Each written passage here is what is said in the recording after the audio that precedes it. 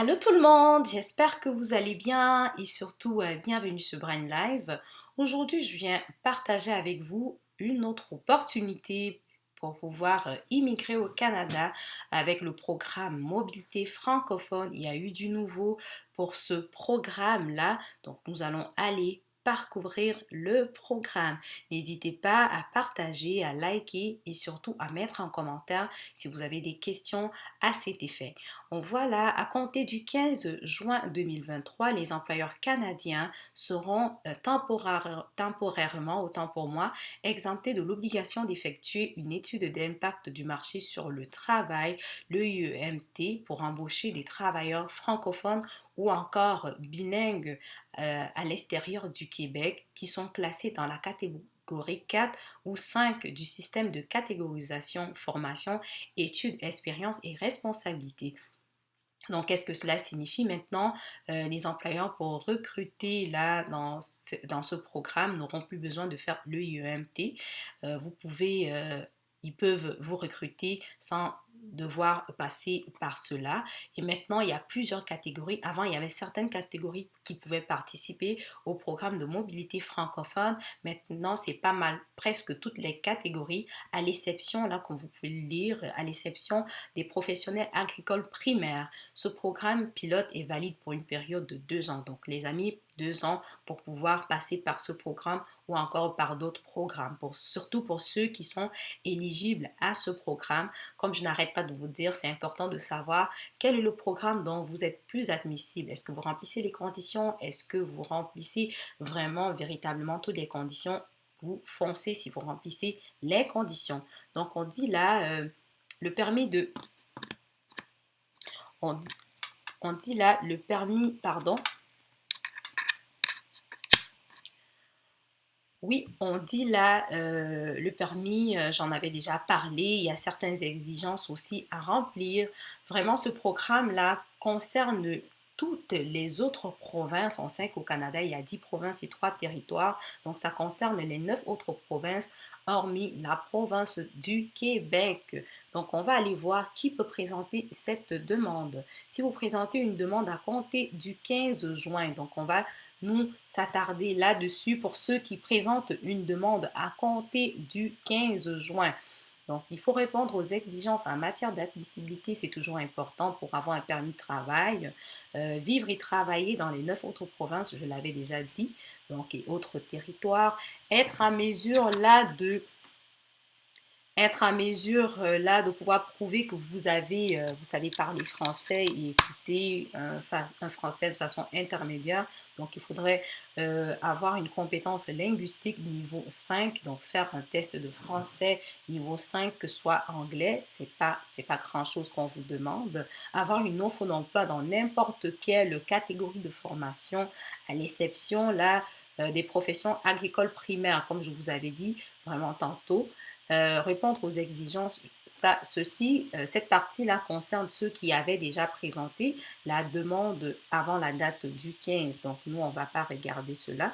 Est-ce que vous pouvez amener votre famille? Oui. Si votre époux, votre conjoint, encore de fait, ou encore vos enfants veulent travailler aussi au Canada, vous devez vérifier s'ils sont admissibles là, à obtenir un permis de travail ouvert. Et aussi, s'ils veulent venir pour étudier dans ce même cadre du programme mobilité, il faudrait vérifier s'ils auront besoin d'un permis d'études. Donc aujourd'hui, je m'adresse principalement aux personnes qui sont déjà au Canada, les amis. Les visas visiteurs, ceux qui ont les visas visiteurs, c'est un programme qui est idéal, c'est un programme d'opportunité pour vous. Vous pouvez passer par ce programme pour rester au Canada vraiment sans stress. Donc, vous voyez là, vous pouvez ouvrir une session, commencer, vous lisez vraiment toutes les instructions. C'est écrit. Si vous présentez une demande à l'extérieur du Canada, si vous présentez une demande peut-être à partir du Canada, vous pouvez cliquer vraiment sur le formulaire. Vous allez voir là combien de temps vous comptez rester au Canada. Vous allez dire 6 mois et plus ou bien moins de 6 mois. Ça dépend vraiment de votre situation. Et puis, vous répondrez ici, je présente une demande de permis de travail à un employeur qui est dispensé de l'EIEMT, comme on l'avait dit. Donc, ça, c'est vraiment important. Et en ce qui concerne, vous pouvez téléverser les documents et payer les frais qui vous sont dus. Et vous pouvez aussi, pendant que vous êtes au Canada, penser à présenter une demande de résidence permanente via le programme mobilité francophone, mais il faudrait que vous remplissiez des conditions. Donc, c'est important de vérifier si vous remplissez ces conditions-là. On va aller un peu plus loin. On va cliquer ici. Donc, on va voir quelques exemples là des programmes qui sont admissibles, des métiers, pardon, qui sont admissibles pour ce programme.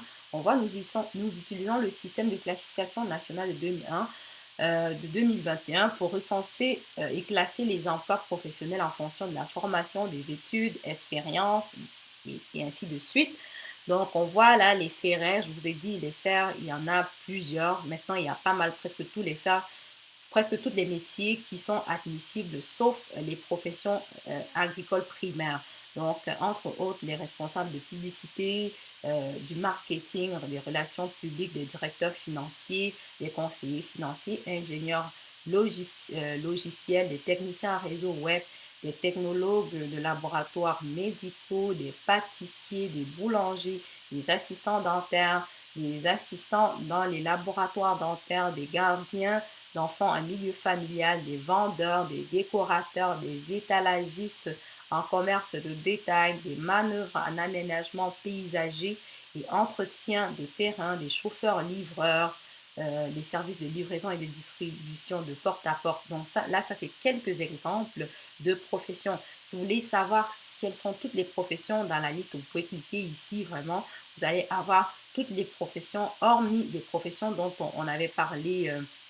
Donc, je vous ai dit tout à l'heure, là, les professions primaires d'agricole. Donc, c'est important d'aller prendre connaissance des amis et surtout aller chercher l'offre d'emploi sur Guichet Emploi Canada. J'ai fait déjà une vidéo là-dessus. Vous pouvez aller regarder comment rechercher un contrat de travail. J'ai dit, cette opportunité, c'est pour tout le monde, mais encore mieux pour ceux qui sont au Canada déjà avec le visa visiteur qui peinent à trouver le travail. Je vous avais dit, allez dans les régions autres que la région de Montréal ou encore au Québec. Allez dans les régions éloignées.